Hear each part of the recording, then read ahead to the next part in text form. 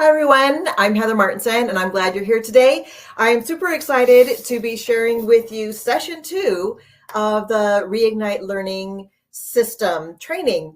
So today's session is about shifting your mindset and about empowering parents and children because it can be hard sometimes. You know the saying, you can take the girl out of the country, but you can't take the country out of the girl. Well, way too many times I see families who they take their kids out of school, but then they're still stuck with a public school mentality. It's hard to get that public school out of not just the kid, but the mom, the parents, the family. And it really takes a lot of retraining your mind because there's a lot of philosophy that goes behind it. I know everyone believes that real life, authentic learning is best, but then they're like, oh yeah, but I still got to do these worksheets, right? Oh, I still got to do, make sure I'm not falling behind. All these things that these worries and fears that creep up all the time. I want to help you get past those things. I want to help you feel sure in yourself and have confidence in your kids so that you can move forward with these authentic learning styles and not worry that you're destroying your children or anything, because I promise they'll be way better. You'll be happier. They'll be happier. It'll be a fabulous, fabulous experience for all of you. So, and I want to share because I want to break free from the conventional school models. And I want to remind you that throughout time, school's been around for a long time, but we haven't always gone to school. For example, some of the people that are considered to be geniuses, Leonardo da Vinci, like Abraham Lincoln, like Thomas Edison, these guys, and there were women as well, but they a lot of times we learn about them in school and we hear, isn't it amazing what they were able to accomplish despite their lack of formal education? But what I've learned because of how people, children included, actually learn is that these men were able to excel and be geniuses because of their lack of formal education. Formal education, standardized education holds kids back. And I'm going to make a case for that and show you how that works. And well, I'm going to share a video, a presentation about where I'm going to share how the standardized system holds your kids back and doesn't allow for your child to be their best selves. All right. So I know what you really want for your kid, what everyone really wants for their kids. You want your kids to be their best unique selves. You want them to have learning experiences that are exactly at their level and in their learning style, because you know that that's how your children learn best. But what you may not know is that your children will not have the opportunity to be their best selves as long as you continue to compare your kids to all the others. And this includes the kids in school. In your mind, you want your kids to be special and unique, but you've got this crazy habit that works against that desire. If you worry about your children succeeding in school, you are stuck trying to make your kids like all the rest. It's not about succeeding at school. It's about succeeding in life.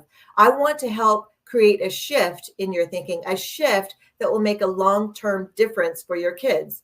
So like Maya Angelou said, she said, if you are always trying to be normal, you will never know how amazing you can be. And this is at the core of everything that I'm talking about today.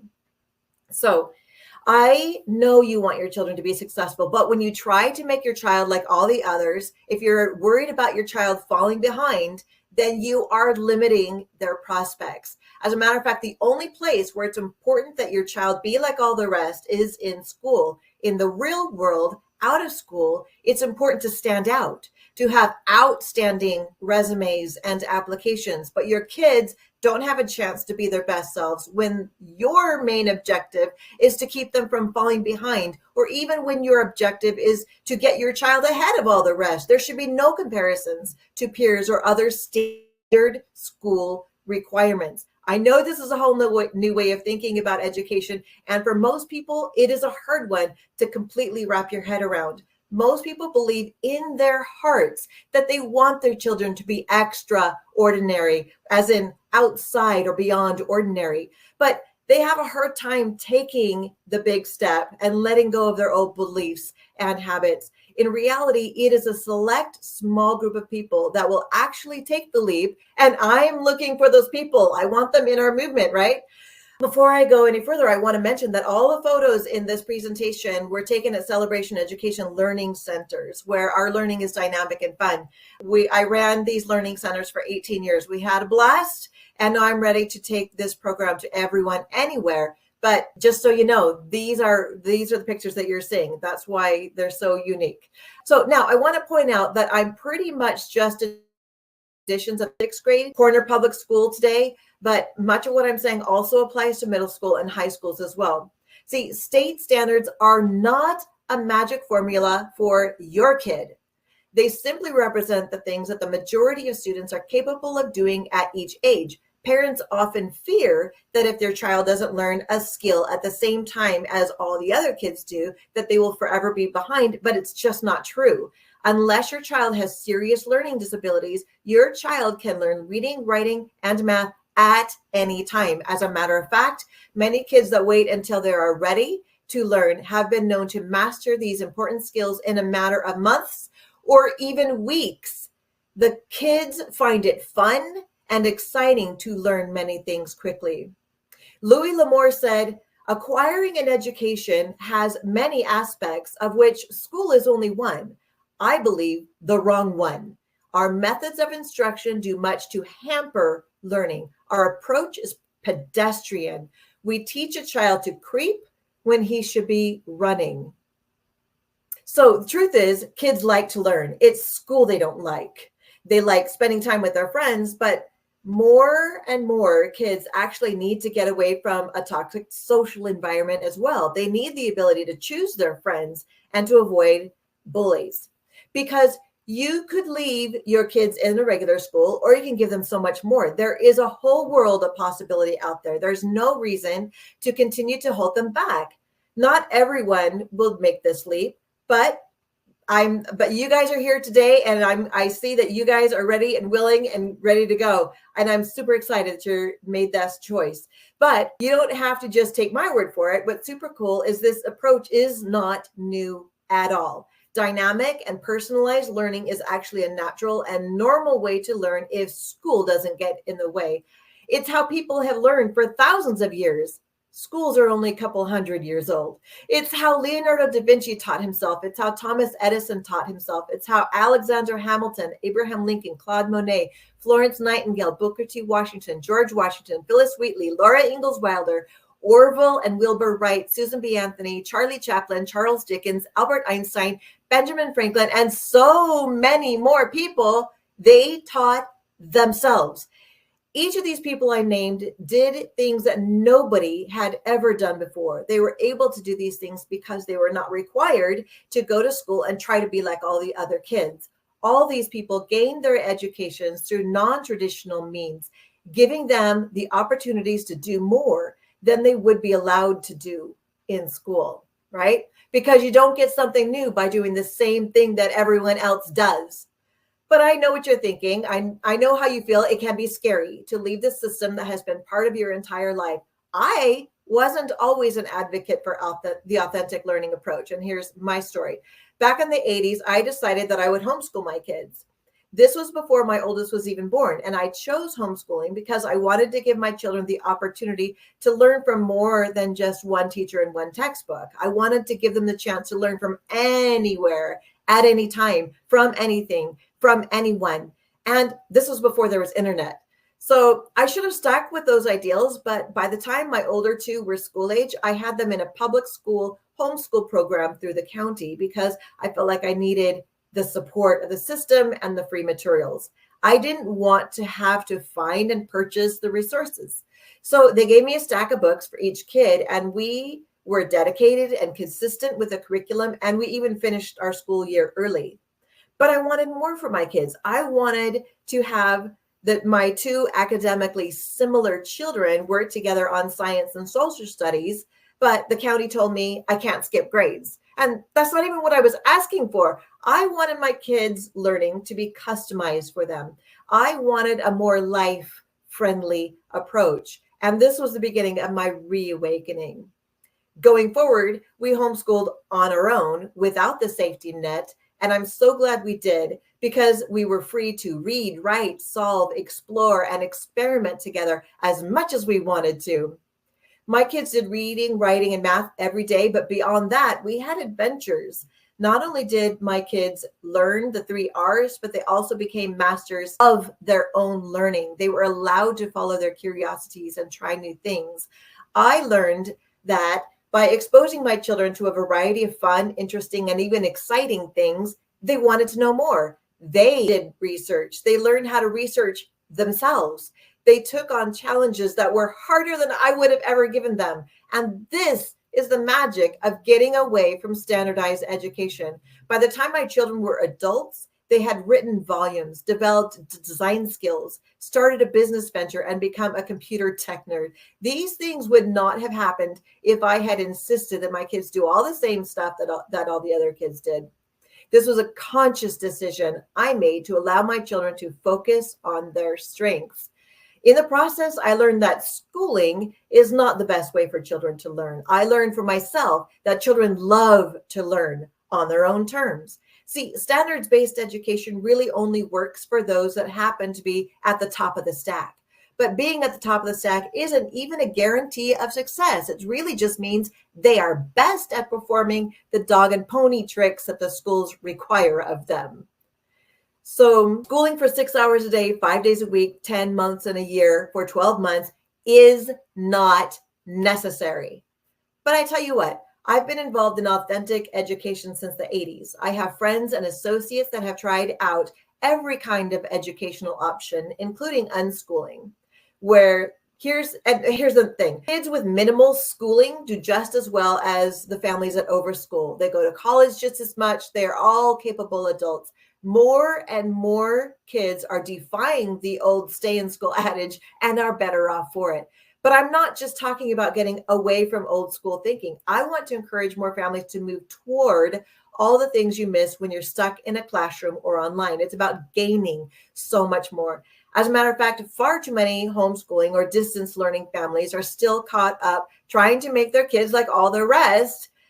They're just using the dead curriculum that was designed for the crowded classroom. They stay with what they're familiar with. But my goal today is to convince you to break free from the mind-numbing norm. So moving forward, I'm going to share with you some tools that you can use to start to have these authentic learning experiences with your kids.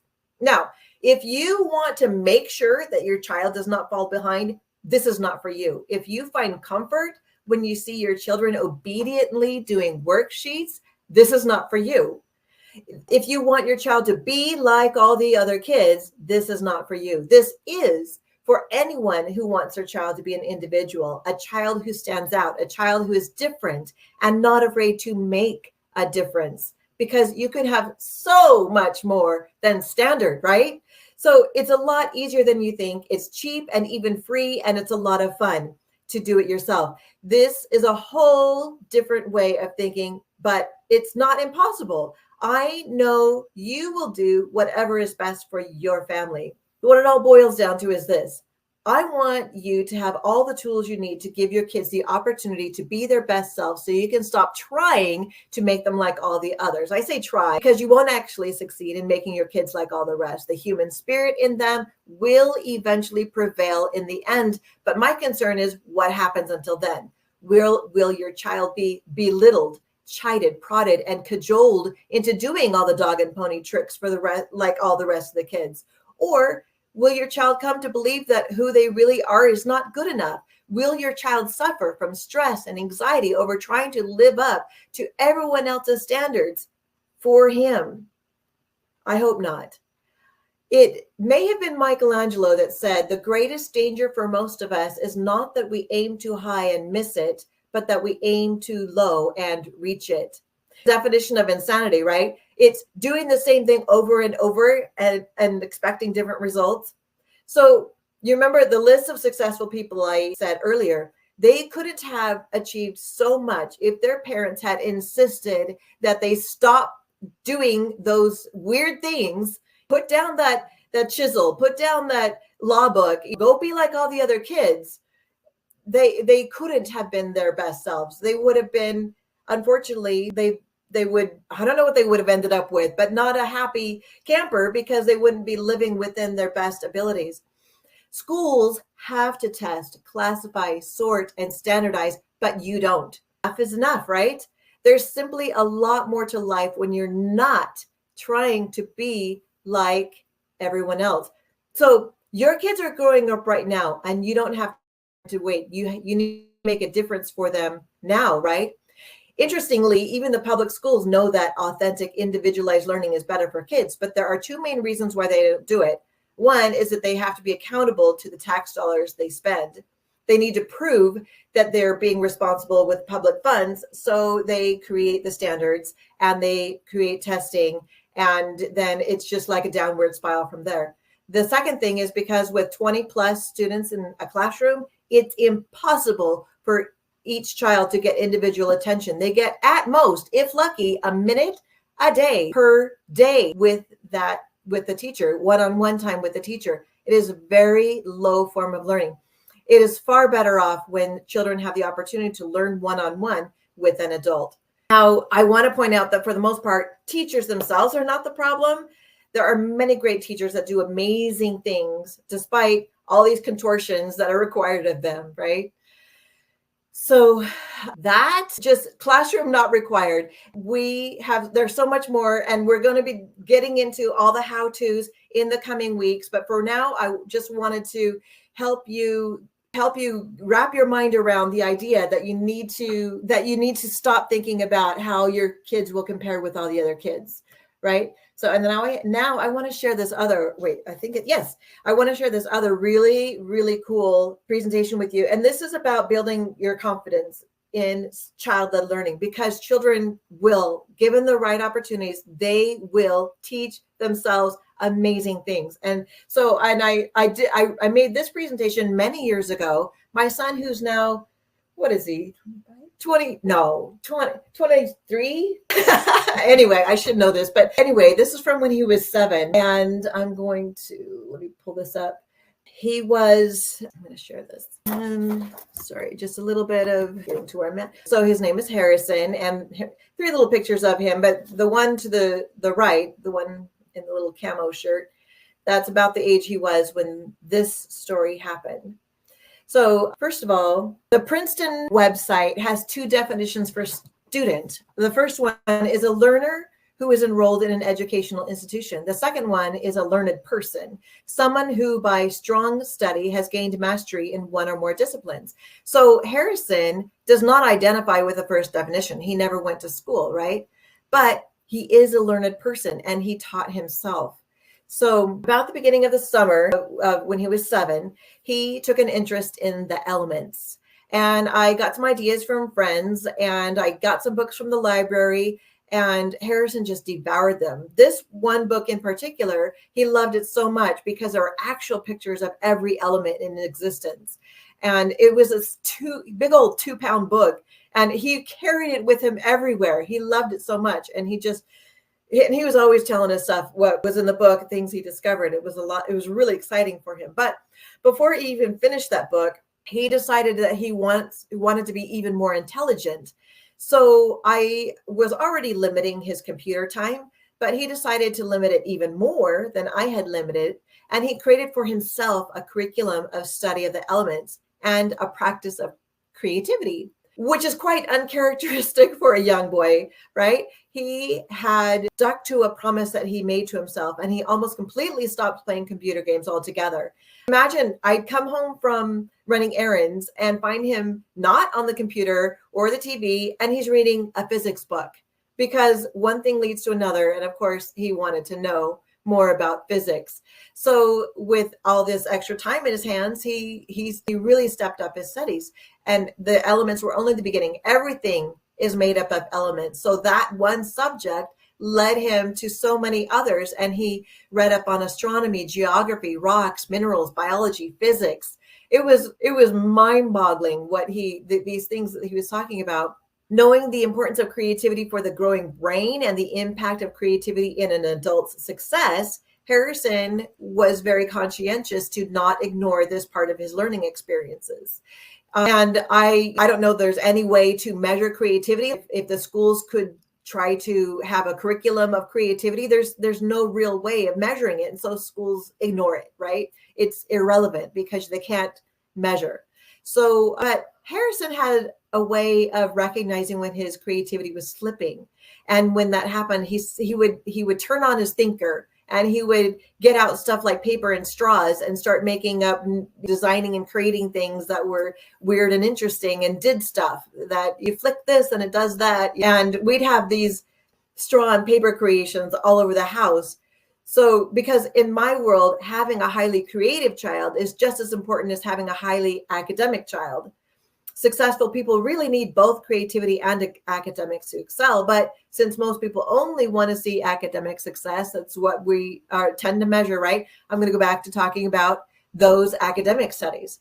So in our home, anytime any of our children got into a subject, we all did. So Harrison was always constantly sharing with us these new things that he learned, stuff we didn't know about the elements. So I never would have thought about, never would have studied, but he liked it, so he shared it. We started having some amazing conversations. We touched on black body radiation, Schrodinger's cat paradox, and the Higgs boson particle. Of course, these theories, they would prompt so many more questions, and we just gotten into these philosophical discussions that would relate to them, and it just deeper and deeper down the rabbit hole. It was incredible. But how much did all this cost? Well, we bought straws at the 99-cent store, and we had some copy paper or scratch paper that he was able to use for his creativity outlet. So it was so cheap. So now I have to ask, what if Harrison was not allowed to study the elements at that level until he was in high school? What if I told him to put down that elements book since he hadn't yet memorized his times tables? Or he's not smart enough to, what if I told him he's not smart enough to learn these things yet? That's not for your age. I don't really know anyone that would do that to their own child. But essentially, that's what we're doing, right? If we are always constantly worried about our children falling behind. So yes, in my experience, the majority of the people in America would prefer that Harrison would be the first definition of student, somebody sitting in a classroom, and not the second, a person that's engaged and loving learning.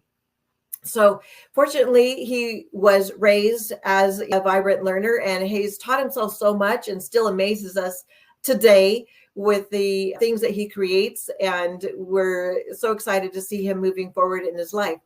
One last slide I want to share. This is, I always like to say that children need lots of rec time. And by rec time, I mean read, exercise, create. And actually, I've added a couple more E's. So it's lots of time to read, recreational reading, lots of time to get out and move their bodies, right? Also, under E comes explore, experiment. And then, of course, the children need lots of time to create. These are times that are not scheduled. These are times that we're not telling them what to do and when, but that they can choose for themselves what to do. And it's amazing because given this gift of time off screens will just bless them in so many ways, where they have the opportunity to learn and explore, know themselves, and to learn even more things than they ever would have if we were forcing them to sit down and learn things that they're not interested in. So that is that second presentation. So I want to encourage all of you to help your children to find joy in learning. And the way this is going to go, sometimes they'll just go ahead and just grab worksheets because that's all they know. But it's just like, oh, you can do worksheets at home. Let's do the fun stuff when we get the kids together. So yes. So I want to mention, yes, finding joy in learning. And slowing down. She says, also Constance mentioned stress and anxiety are a curse. Yes. And the schools put that on the kids, don't they? They're like, you have to do this. You got to do this. You got to do this. Don't fall behind. Don't fall behind.